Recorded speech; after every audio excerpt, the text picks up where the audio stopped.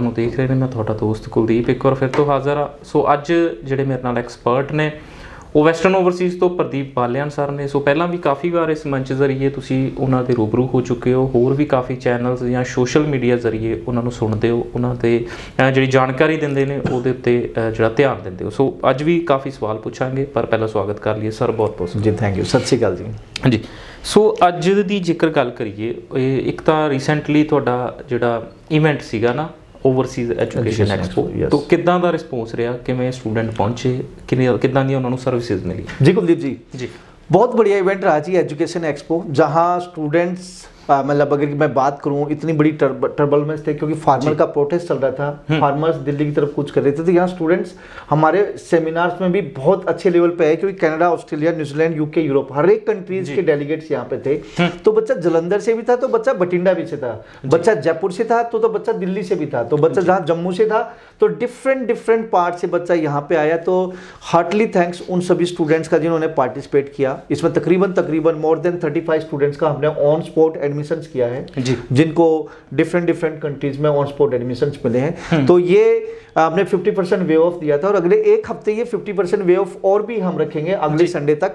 जो भी students western overseas के ऑफिस में आके अगर अपना क्या नाम है ऑन स्पॉट एडमिशन लेना चाहता है तो डेफिनेटली उसको जो एप्लीकेशन फीस है उसमें एप्लीकेशन फीस तो पूरी देनी पड़ेगी और उसका जो सर्विस चार्ज है उसमें 50% वे ऑफ मिलेगा। तो कहने की बात, क्योंकि फार्मर प्रोटेस्ट चल रहा था तो बहुत सारे स्टूडेंट्स आए नहीं, लेकिन मोर देन 500 स्टूडेंट यहाँ पे पार्टिसिपेट किया है। तो जो बच्चे नहीं आ पाए, क्योंकि जो हमारे पास से अगर मैं बात करूं तो कंफर्मेशन थी वो मोर देन 3000 स्टूडेंट्स की कंफर्मेशन थी। तो मैं मानता हूं कि 3000 स्टूडेंट की कंफर्मेशन है तो इसमें 1500 के आसपास बच्चा पहुंचना था, लेकिन 500 के आसपास ही बच्चा पहुंच पाया। रीजन बिहाइंड दिस की फार्मर की प्रोटेस्ट थी, क्योंकि उसमें हर एक बच्चे के दिमाग में था कहीं ना कहीं कि भाई कहीं मैं पहुंच पाऊंगा नहीं पहुंच पाऊंगा। तो काफी जगह पे स्टूडेंट्स को ट्रबल्स भी आई। तो मैं ये जो क्या नाम है हमने सर्विस चार्ज का जो वेव ऑफ किया 50%, ये एक्सटेंशन मैं नेक्स्ट वीक तक वे ऑफ दे रहा हूं, इस संडे से लेके अगले सैटरडे तक, अगले जो कमिंग वीक में है। कोई भी बच्चा वेस्टर्न ओवरसीज की किसी भी ब्रांच में आके अगर अपना एडमिशन कराएगा तो उसको वेस्टर्न ओवरसीज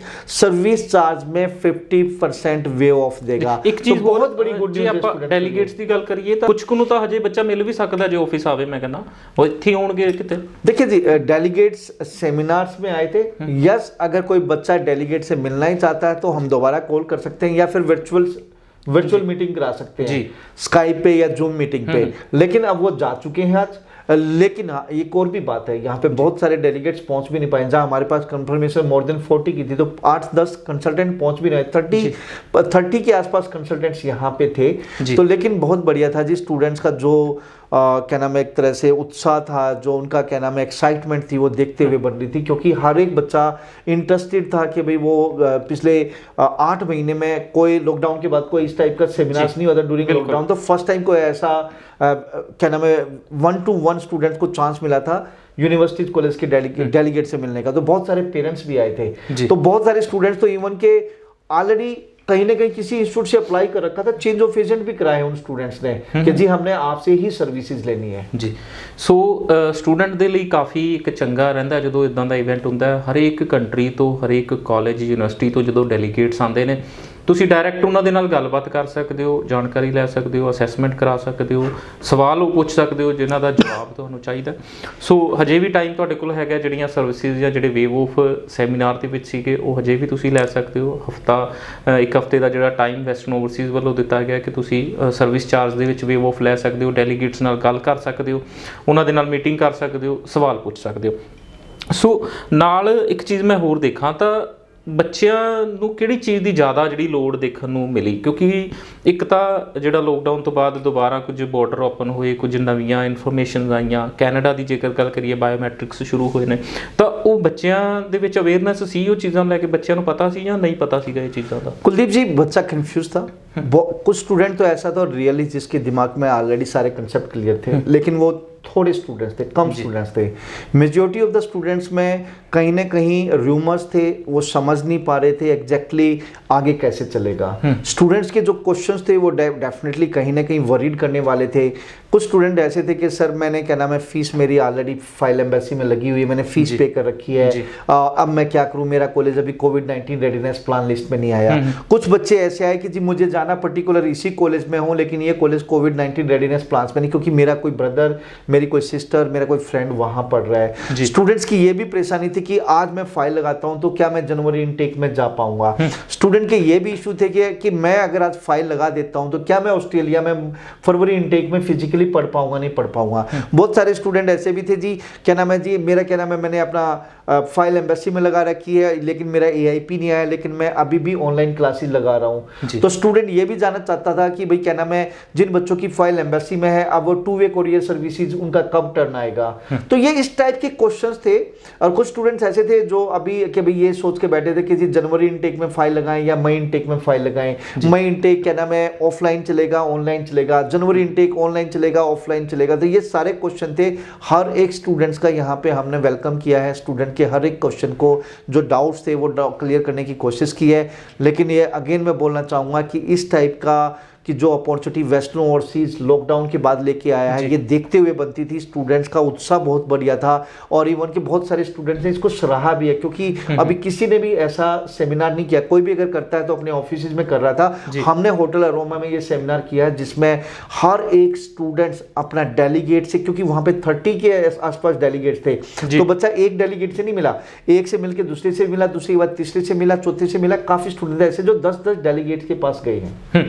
ਸੋ ਇਸ ਦੇ ਨਾਲ ਇੱਕ ਹੋਰ ਜਿਹੜੀ ਜ਼ਰੂਰੀ ਚੀਜ਼ ਮੈਂ ਦੱਸਣੀ ਚਾਹਾਂਗਾ ਵੀ ਆਇਲਸ PTE ਰਿਐਲਿਟੀ ਟੈਸਟ ਜਿਹੜੇ ਪਿੱਛੇ ਕੀਤੇ ਗਏ ਸੀ ਉਹ ਇੱਕ ਵਾਰ ਫਿਰ ਤੋਂ ਨਵੀਆਂ ਡੇਟਸ ਜਿਹੜੀਆਂ ਅਨਾਉਂਸ ਹੋ ਚੁੱਕੀਆਂ ਨੇ, ਨਵੇਂ ਵੈਨਿਊ ਕੁਝ ਜਗ੍ਹਾ ਤੇ ਦੁਬਾਰਾ ਵੀ ਕੀਤਾ ਜਾ ਰਿਹਾ। ਸਟੂਡੈਂਟ ਦੀ ਕਾਫੀ ਡਿਮਾਂਡ ਰਹਿੰਦੀ।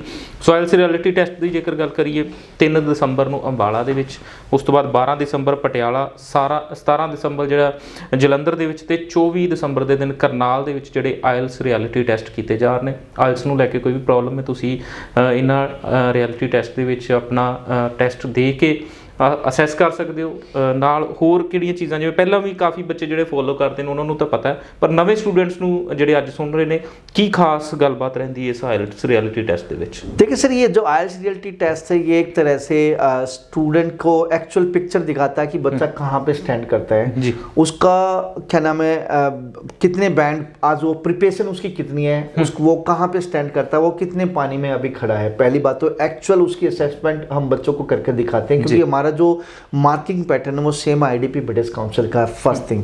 सेकेंडली, बच्चे की फियर, फोबिया, एंजाइटी, नर्वसनेस, ये बहुत बड़ी समस्या है।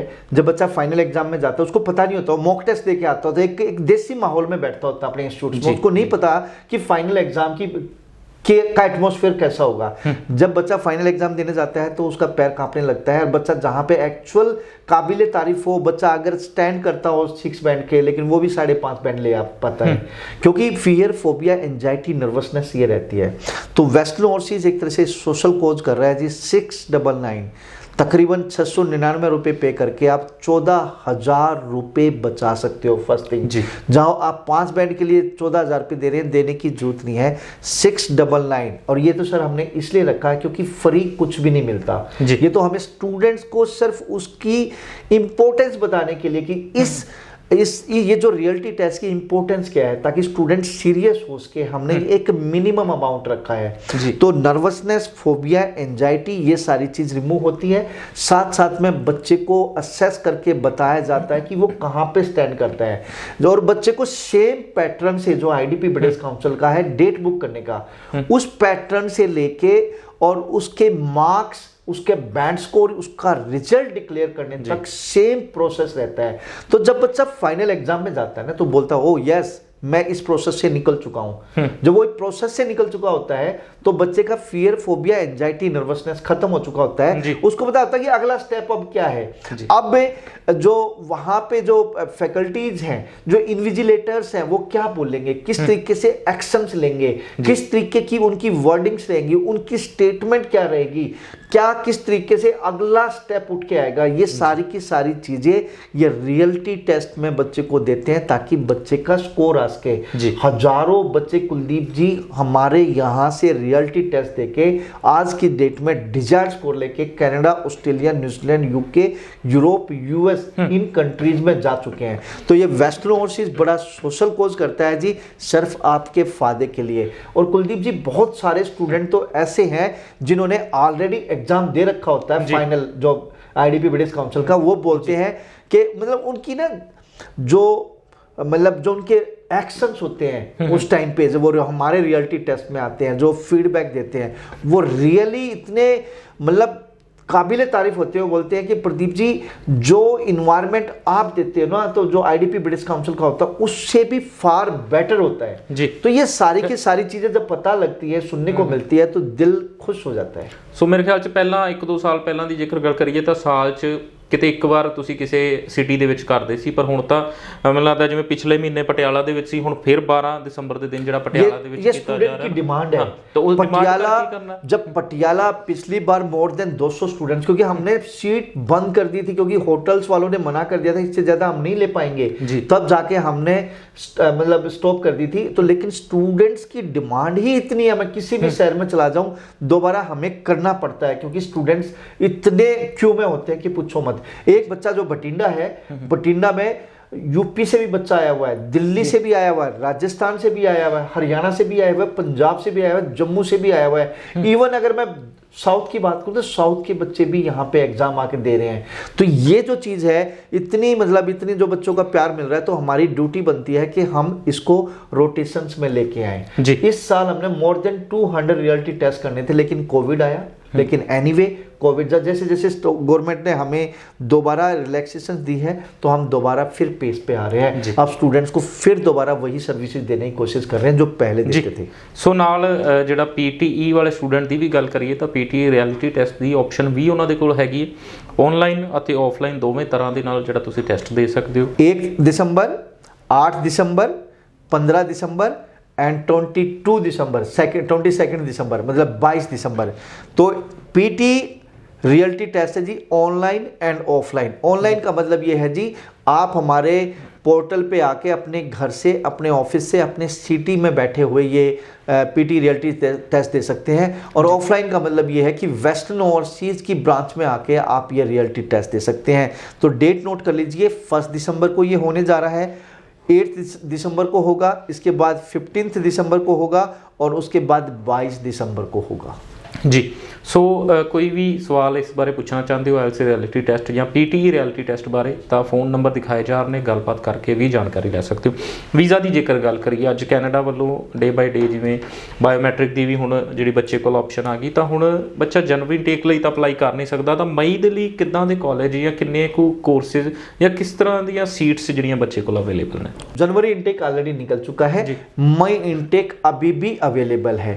मई इनटेक अवेलेबल मीन्स यहाँ पे गवर्नमेंट कॉलेज भी हैं, यूनिवर्सिटीज़ भी हैं और प्राइवेट कॉलेज भी है। आप किसी में भी अप्लाई करना चाहते हैं, वेस्टर्न ओवरसीज़ के पास सारे डायरेक्ट टाइप से आप अप्लाई कर सकते हैं।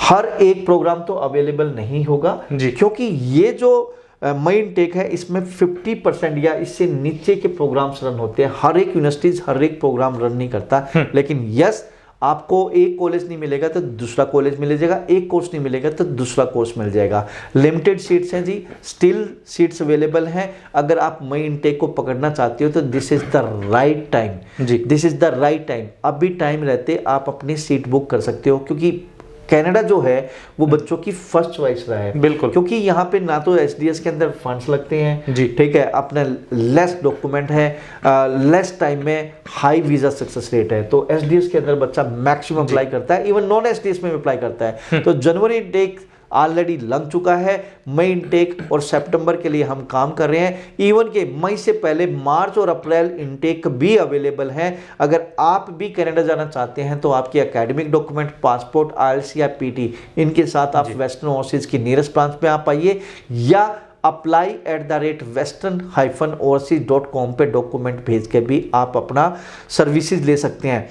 एक बच्चा, मैं बात करूं, मैं अभी 2-3 दिन पहले मैं अपने फेसबुक पे एक टेस्टिमोनियल्स देख रहा था जी। बच्चा पटेल नाम का स्टूडेंट था और उसने अपना टेस्टिमोनियल्स दिया। टेस्टिमोनियल्स में उसने बताया कि जी मैंने वेस्टर्न ओवरसीज को सिर्फ एंड सिर्फ क्या नाम है डॉक्यूमेंट भेजे थे जी, online via mail.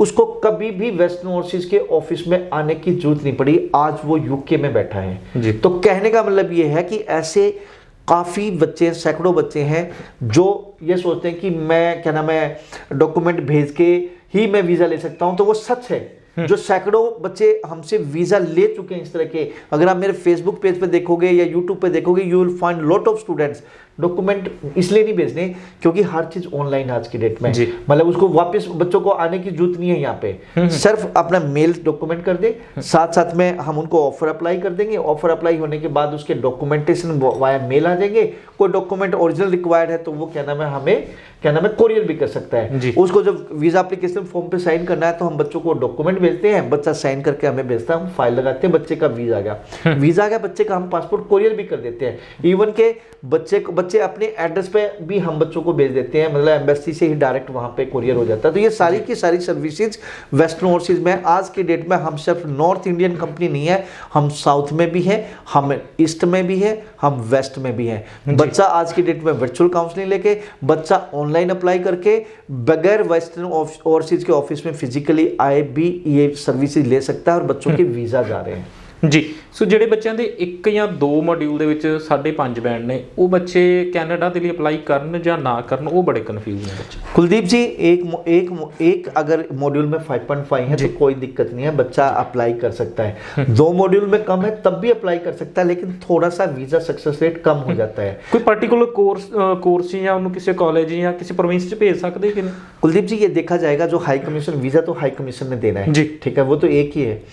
High commission है ना, किसी एक ग्राउंड पे बच्चे का वीजा रिजेक्ट नहीं करता या एक ग्राउंड पे बच्चे का वीजा नहीं लगाता। उन्हें उनके एकेडमिक डॉक्यूमेंट भी देखने हैं, एकेडमिक डॉक्यूमेंट जब देखेगा तो उसमें उसकी परसेंटेज कितनी है मेजर सब्जेक्ट्स में, वो काउंट करना बहुत जरूरी है।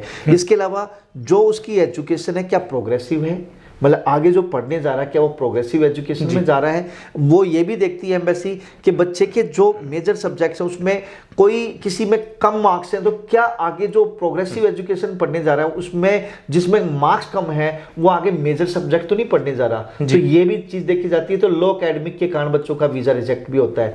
इसके अलावा देखते हैं कि बच्चे का कोई गैप तो नहीं है, गैप है तो गैप में किया क्या है, अगर बच्चे ने कोई वर्क किया है तो डेफिनेटली फिर एम्बेसी देखती है कि जो वर्क किया है वो क्या उससे रिलेटेड प्रोग्रेसिव आप पढ़ने जा रहे हैं। इधर होटल्स में काम कर रहा है एज ए वेटर और पढ़ने जा रहा है वो आईटी, वो नहीं चलेगा। तो उसको प्रोग्रेसिव एजुकेशन या प्रोग्रेसिव वो जो उसका प्रीवियस एजुकेशन या प्रीवियस वर्क एक्सपीरियंस से आगे प्रोग्रेसिव एजुकेशन लेनी होगी।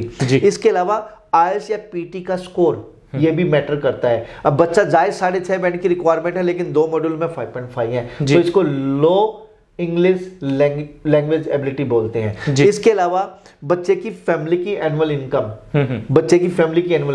फंड्स अवेलेबल, बच्चे की इमिग्रेशन हिस्ट्री, बच्चे के रिसर्च, ये सारे मैटर करते हैं जब बच्चों के वीजा लगते हैं। तो आपके क्वेश्चन का जवाब है ठीक है, 2 मॉड्यूल्स में 5.5 बैंड है, अप्लाई कर सकते हैं, वीजा आ सकता है। लेकिन इसके अलावा अदर फैक्टर्स भी देखे जाएंगे कि बच्चों के एकेडमिक कैसे हैं, आगे किस कोर्स को करने जा रहा है, बच्चे की एनुअल इनकम, फैमिली की एनुअल इनकम क्या है, फंड्स अवेलेबल कितने हैं, इमिग्रेशन हिस्ट्री क्या है, बच्चे ने रिसर्च क्या किया, ये सारी चीजें देख के ही एक बच्चे का वीजा लगता है। तो मैं स्टूडेंट्स को इन्वाइट करना चाहूंगा, हमारे पास जेन्युइन और एक्सपर्ट टीम है, हमारे को मोर देन 16 ईयर का एक्सपीरियंस है, डायरेक्ट टाइप्स है और ऐसे स्टूडेंट्स का भी वीजा लिया है जिस बच्चे का वीजा लगने की पॉसिबिलिटीज भी नहीं थी, लेकिन ये एक्सपर्टीज है और हर फाइल में कुछ ना कुछ पॉजिटिव होता है, उसको ध्यान में रखते हुए अगर आगे फाइल पुट की जाए तो वीजा लगता है। पर ये चीज़ां एक एक्सपर्ट कंसल्टेंट ही देख सकता है जिन्हें हज़ारां वीजे अप्लाई किए, हज़ारां वीजे लए,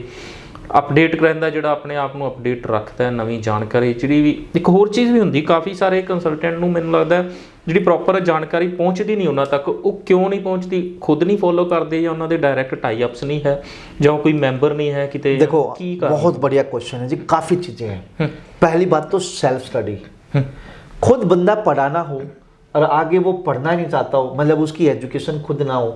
जैसे देख के प्रॉपर्टी डीलर निकल जाते हैं, भाई अपना क्या नाम है वो इधर से प्लॉट उठाए, इधर से प्रॉपर्टी उठाई, किसी इससे लिया उससे लिया, मतलब चेन चलती रहती है।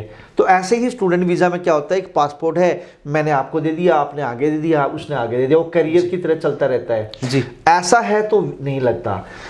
अगर कंसल्टेंट एजुकेटेड है, वो सेल्फ स्टडी में बिलीव करता है, तो बहुत सारी इंफॉर्मेशन हैं यूनिवर्सिटीज कॉलेज के बारे में, प्रोविंस के बारे में, स्टेट्स के बारे में, सिटी के बारे में, एक बच्चे के जो प्रीवियस एजुकेशन है उस रिलेटेड आगे फर्दर क्या कोर्स दे सकता है, उसका आउटकम क्या होगा, एसओपी अच्छी सी बनाना, एक कुछ प्रोफेशनल बॉडीज हैं उसका मेंबर बनना, यूनिवर्सिटीज कॉलेज की वर्कशॉप अटेंड करना, हाई कमीशन की तरफ से अगर कोई वेबिनार हो रहा है तो वो अटेंड करना। जब तक ये चीज़ें अटेंड नहीं होती, सेल्फ स्टडी नहीं होती, ट्रेनिंग प्रोसेस में से नहीं निकलता, तो लैक ऑफ नॉलेज के कारण भी बच्चों का वीज़ा रिजेक्ट होता है। जी, सो ਤੁਸੀਂ ਜਿਹੜੀ ਰਿਸਰਚ ਕਰਦੇ ਹੋ ਸਭ ਤੋਂ ਪਹਿਲਾਂ ਕੰਸਲਟੈਂਟ ਤੇ ਕਰੋ ਜੇਕਰ ਤੁਸੀਂ ਕਿਸੇ ਤੋਂ ਅਪਲਾਈ ਕਰ ਰਹੇ ਹੋ। ਦੂਜੀ ਰਿਸਰਚ ਤੁਹਾਡੀ ਉਹ ਗੱਲਾਂ ਤੇ ਹੋਣੀ ਚਾਹੀਦੀ ਜਿਹੜੀਆਂ ਤੁਹਾਨੂੰ ਕੰਸਲਟੈਂਟ ਵੱਲੋਂ ਦੱਸੀਆਂ ਜਾ ਰਹੀਆਂ ਨੇ, ਕਿ ਉਹ ਸਾਰੀਆਂ ਤੁਸੀਂ ਗੂਗਲ ਤੇ ਸਰਚ ਕਰਦੇ ਹੋ ਤਾਂ ਖਰਾ ਉਤਰਦੀਆਂ ਨੇ। ਜੇ ਨਹੀਂ ਤਾਂ ਕਿਤੇ ਨਾ ਕਿਤੇ ਤੁਹਾਡੇ ਕੰਸਲਟੈਂਟ ਨੂੰ ਮੈਂ ਇਹ ਨਹੀਂ ਕਹਾਂਗਾ ਕਿ ਨਹੀਂ ਵੀਜ਼ਾ ਲਗਾ ਸਕਦਾ, ਪਰ ਉਹਦੀ ਜਿਹੜੀ ਨੌਲੇਜ ਕਿਤੇ ਨਾ ਕਿਤੇ ਘੱਟ ਹੈ, ਜਿਹਦਾ ਖਮਿਆਜ਼ਾ ਤੁਹਾਨੂੰ ਰਿਜੈਕਸ਼ਨ ਦੇ ਰੂਪ 'ਚ ਭੁਗਤਣਾ ਪੈ ਸਕਦਾ ਹੈ। ਸੋ ਵੈਸਟਰਨ ਓਵਰਸੀਜ਼ ਤੋਂ ਪ੍ਰਦੀਪ ਸਰ ਮੇਰੇ ਨਾਲ ਨੇ, ਕੋਈ ਵੀ ਗੱਲਬਾਤ ਕਰਨਾ ਚਾਹੁੰਦੇ ਹੋ ਨੰਬਰ ਦਿਖਾਇਆ ਜਾ ਰਿਹਾ, ਆਪਣਾ ਸਵਾਲ ਸਾਂਝਾ ਕਰ ਸਕਦੇ ਹੋ, ਜਾਣਕਾਰੀ ਲੈ ਸਕਦੇ ਹੋ। ਯੂਕੇ ਦੀ ਜੇਕਰ ਗੱਲ ਕਰੀਏ, ਅੱਜ ਆਫਰ ਲੈਟਰ ਨੂੰ ਵੀ ਟਾਈਮ ਲੱਗ ਰਿਹਾ, ਕੈਸ਼ ਲੈਟਰ ਨੂੰ ਵੀ ਟਾਈਮ ਲੱਗ ਰਿਹਾ, ਕੀ ਕਾਰਨ ਨੇ ਉਸ ਦੇਰੀ ਪਿੱਛੇ, ਤੇ ਇੰਟਰਵਿਊ ਦਾ ਜਿਹੜਾ ਇੱਕ ਦੌਰ ਚੱਲਿਆ ਸੀ ਜਾਂ ਰਿਜੈਕਸ਼ਨ ਆ ਰਹੀਆਂ ਸੀ, ਹੁਣ किस तरह का माहौल है? देखो जी, हाई कमिश्नर स्ट्रिक्ट तो है, इसमें कोई डाउट नहीं है जी।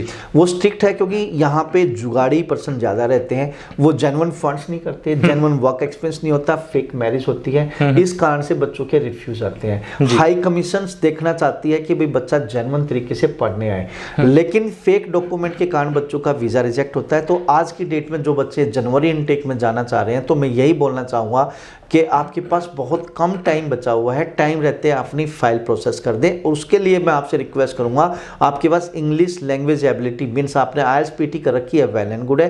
IELTS नहीं है और इंग्लिश में आपके 65 12th में या 70% मार्क्स हैं, तब भी आप अप्लाई कर सकते हो, लेकिन आपकी कम्युनिकेशन स्किल स्ट्रॉन्ग होने चाहिए। फंडिंग का टाइम कम है आज की डेट में, जैसे 28 दिन पुराने फंड करने होते हैं। तो मेरी हम्बल रिक्वेस्ट है कि जी आप एजुकेशन लोन की तरफ जाएं, एजुकेशन लोन वो भी आपका होना चाहिए।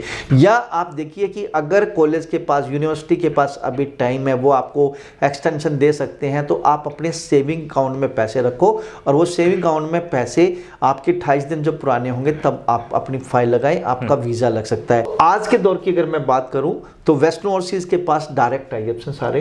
बच्चा अगर जाना चाहता है तो हम आपको 2 या 3 दिन में ऑफर लेटर दिला सकते हैं। फंडिंग अगर आपकी रेडी है तो डॉक्यूमेंट आपके आगे प्रोसेस करके वेरी सुन आपको कैश लेटर दिला सकते हैं। अगेन बोलना चाहूँगा, एजुकेशन लोन, FD और सेविंग, ये तीनों चीज़ चल सकती है। FD और सेविंग 28 डेज होनी चाहिए, और जो एजुकेशन लोन है वो करंट भी चल सकता है। और जो FD सेविंग की बात करूं तो वो आप खुद या आपके पेरेंट्स आपको स्पॉन्सर कर सकते हैं। अगर आप डिपेंडेंट वीज़ा पे जा रहे हैं, लाइक मेन एप्लीकेंट जो है उसके साथ आप डिपेंडेंट एज ए स्पाउस हैं, तो आपके सिर्फ आपके ही फंड हो या आपके साथ आपके मेन एप्लीकेंट के साथ ज्वाइंट हो, आपके फादर मदर नहीं शो कर सकते। अगेन बोलना चाहूँगा, मेन एप्लीकेंट को वो खुद और उसके मम्मी पापा स्पॉन्सर कर सकते हैं, लेकिन जो स्पाउस है, जो एज ए डिपेंडेंट जा रहा है, उसको वो खुद या उसकी जो स्पाउस है उसके साथ ज्वाइंट हो, आपके फादर मदर आपको स्पॉन्सर नहीं कर सकते। एजुकेशन लोन की बात करूं तो आपके नाम से होना चाहिए, स्टूडेंट के नाम से होना चाहिए, क्योंकि एजुकेशन लोन तो स्टूडेंट जिसका ही चलेगा, वो डिपेंडेंट का नहीं चलेगा। तो आपके नाम हो, और मतलब आपके फादर मदर उसमें स्पॉन्सर्स हो सकते हैं, बोरोवर को बोरोवर हो सकते हैं, लेकिन दादा दादी, नाना नानी या चाचा ताऊ इनका कोई नाम है तो वो नहीं चलेगा। इस चीज़ का आपने खास ध्यान रखना है।